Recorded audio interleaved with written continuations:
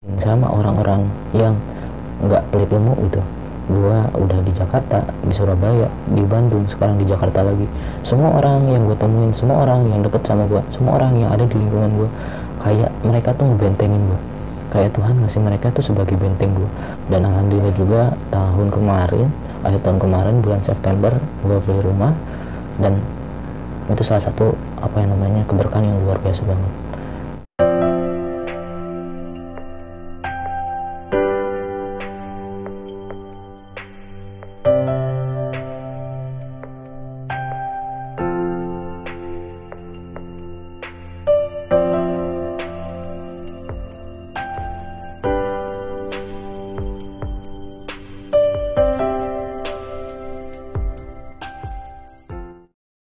Halo, assalamualaikum warahmatullahi wabarakatuh. Jadi hari ini gue mau sharing sedikit terkait dengan pengalaman gue mengamalkan surat Al-Waqiah. Sebenarnya udah lama banget, cuman efeknya sampai sekarang. Dan jujur, kalau gue boleh jujur, udah beberapa bulan, bahkan mungkin ada setahun gue nggak mengamalkan ini, tapi efeknya luar biasa sampai sekarang, sampai detik ini pun masih kerasa. Jadi awalnya ini sebelum ada yang namanya gerakan W30H ataupun dengar dari YouTube, ini gue dulu pernah mengamalkan. Awalnya ketika gue mau ujian sekolah tuh, kelas 3 SMK ya. Jadi waktu itu gue SMK. Kalau dari sisi nilai sebelumnya sebenarnya gue standar gitu, oke lah masuk 10 besar di kelas gue gitu. Cuman nilai yang gue dapat itu belum bikin gue percaya diri untuk bisa dapetin nilai bagus di ujian untuk kelulusan gitu. Nah dari situ 3 bulan atau 4 bulan sebelum gue ujian itu ibu gue yang menyarankan untuk mengamalkan surat Al-Waqiah dan Ar-Rahman, dan itu dibaca setelah maghrib gitu. Jadi dibaca setelah maghrib. Ceritanya gini, jadi dulu gue tuh sekolah di luar kota gitu, tapi gue PP pulang pergi.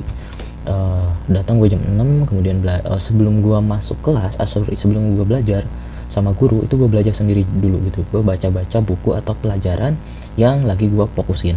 Jadi misalkan minggu ini gue lagi fokus untuk mempelajari soal-soal atau rumus matematika misalkan. Nah itu yang gue pelajari terus-terusan, walaupun di hari itu gak ada pelajaran matematika, tetap gue pelajarin gitu. Nah terus kemudian masuk ke waktu dimana gue belajar sama guru. Setelah itu gue ngerasa apa yang disampaikan, apapun pelajarannya itu masuk banget itu, dan guru-guru pun respect ngeliat gue yang aktif bertanya, aktif menjawab gitu. Presentasi gue bener-bener kayak gue pengen ngejelasin. Jadi ketika disuruh presentasi itu bukan takut, bingung atau yang lainnya, tapi gue malah di sana ngerasa semangat dan pengen nunjukin bahwa gue bisa gitu, karena gue orangnya kayak gitu. Terus kemudian selain itu pertama gue jadi semangat belajar, dan pelajaran yang disampaikan juga mudah masuk banget gitu. Sebelumnya nggak kayak gitu. Kenapa gue harus bahas ini? Karena itu adalah salah satu efek yang gue rasain setelah baca Al-Waqiah dan Ar-Rahman. Nah setelah itu masuk ke pulang sekolah itu gue langsung balik, kemudian juga mandi, makan, sholat, terus habis itu belajar lagi sampai dengan jam 11 tidur, bangun jam 2 sholat, habis itu belajar lagi sampai sholat subuh selesai, mandi, berangkat biar nggak kesiangan. Karena kan gue jarak tempuhnya itu 1 jaman lah dari rumah gue ke tempat tujuan sekolah gue. Itu setiap hari dalam waktu 4-3 bulan itu gue ngelakuin hal itu tanpa ada rasa beban sama sekali, tanpa ada rasa bosan. Ada sih, cuman kayaknya kecil dan nggak sampai bikin gue berhenti buat terus belajar. Terus-terusan gue ngelakuin itu, dan alhamdulillah luar biasa. Hal yang belum pernah gue capai adalah nilai matematika gue ketika ujian itu nilainya 90 lebih ya, kalau nggak salah itu 92 kalau nggak salah, ada karena 5 tahun lalu udah. Setelah itu itu kan udah beres ujian. Hari terakhir gue ujian ya, kan ada 4 sesi, 4 hari ujian. Ke hari keempat itu gue udah ditelepon sama satu perusahaan yang mengatasnamakan perasaan, kalau gue boleh sebut, PT Retindo Jaya. Itu ada di Cibubur kantornya, dan dia punya proyek di Cikarang, dan dia punya ya rezeki nggak tahu dari mana ya datangnya, bisa dari semua arah. Jadi ceritanya pemilik perusahaan itu punya saudara guru gua, tapi guru itu bukan orang atau bukan guru yang mengajar di kelas gua, jadi itu di beda jurusan gitu. Karena gue jurusannya administrasi, dia ngajar jurusan IT. Nah jadi kita nggak ketemu tuh, tapi dia deket sama guru jurusan gue gitu. Dan gue dapat cerita dari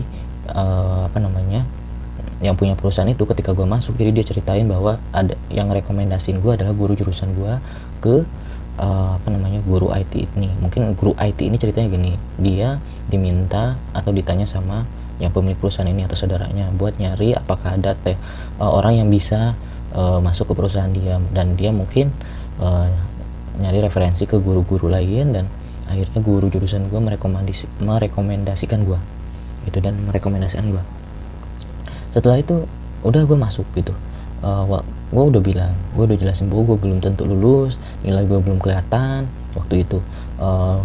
Kelulusan gue belum ada. Orang-orang atau teman-teman gue itu pada saat itu udah ngerasa bebas, nggak mikirin harus nyari kerjaan atau bla bla bla, karena mungkin menikmati masa-masa bebas di mana mereka udah nggak harus mikirin pelajaran, nggak mikirin PR dan yang lain-lainnya, tugas nggak ada gitu.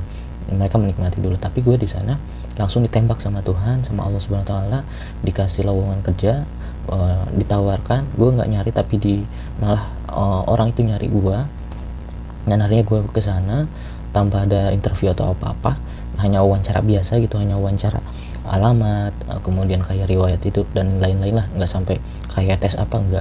Jadi gue langsung diterima. Setelah itu gue kerja.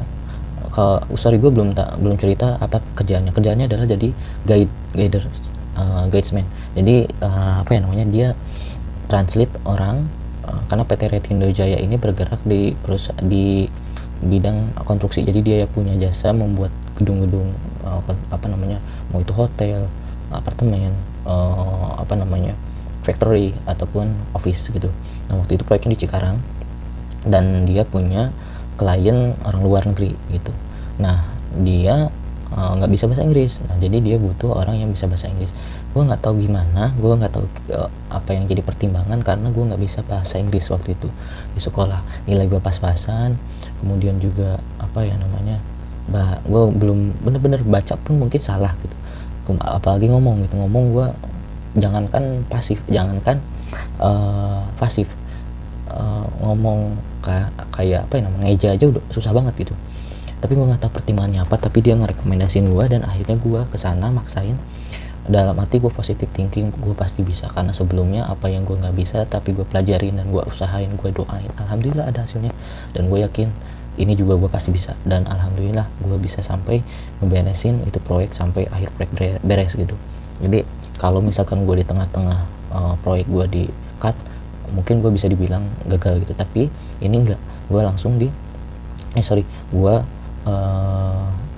ngikutin atau gue kerja di situ sampai proyek beres. Dan terserah mau percaya atau enggak, demi Allah demi Rasulullah, gue ditawarin buat kuliah sama perusahaan itu, dan gue nggak ngambil, karena waktu itu pikiran gue pengen kerja, gue pengen nyari yang lebih, karena gaji gue sebenarnya di sana belum UMR, tapi fasilitas yang gue dapat udah lebih gitu, kayak inventaris motor, mes yang di perumahan gitu, udah ada kulkas, TV, sofa, tempat tidur dan lain-lainnya gitu.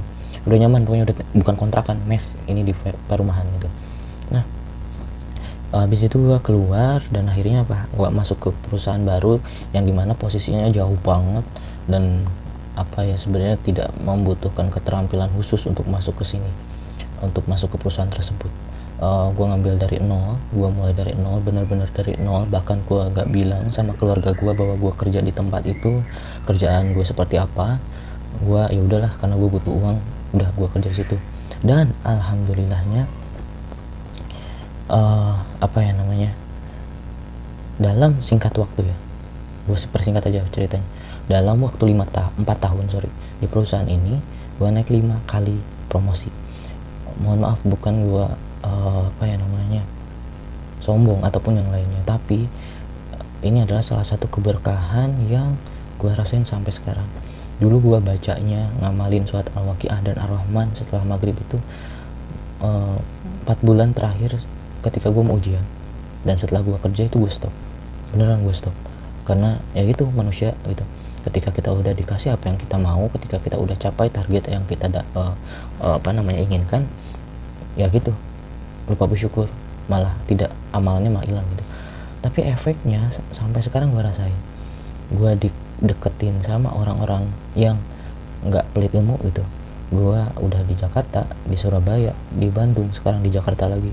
Semua orang yang gue temuin, semua orang yang deket sama gue, semua orang yang ada di lingkungan gue, kayak mereka tuh ngebentengin gue, kayak Tuhan ngasih mereka tuh sebagai benteng gue, kayak mereka ngasih gue tuh sebagai guru gue gitu.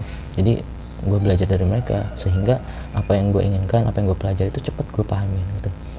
Dan alhamdulillah juga akhir tahun kemarin bulan September gue beli rumah, dan itu salah satu keberkahan yang luar biasa banget. Mudah-mudahan ini adalah cerita yang bisa menginspirasi, semoga tetap konsisten baca waqiahnya. Allahu Akbar.